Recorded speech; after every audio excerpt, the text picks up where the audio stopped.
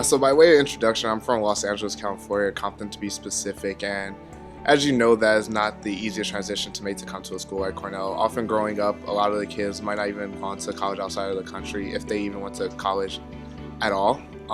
Definitely had a hard time coming here. Wasn't sure if this was going to be the best place for me.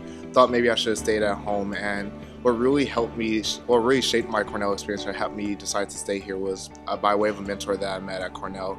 It was the first couple of weeks at Cornell. I was out, I think it was like some event, maybe like a uni hour in Uj, and I just heard this guy who said he was a grad student, and he talked about some of the things he did in the past and how he never thought that freshmen should really come in thinking that they own the place and they should really step back and try to get as much knowledge as possible. I was like, hey, this guy might know a little, he might know something, and just immediately latched on to him. He became a great influence on my Cornell experience and definitely shaped how I've become today at Cornell. Freshman year, he lugged me around with him, took me to his grad student party, had me meet a lot of seniors.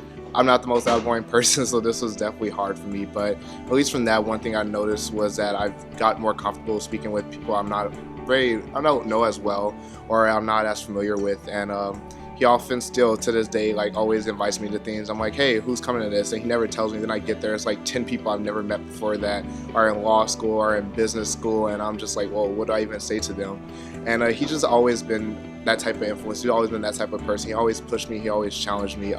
Working in finance was just nothing I ever thought was possible. Coming into Cornell, at first I wanted to be a police officer, then I thought I wanted to be a lobbyist, and I was like, okay, maybe a lawyer. Maybe a lawyer is like the end all be all. By the age of 40, I can be a lawyer, maybe be partner if I'm lucky.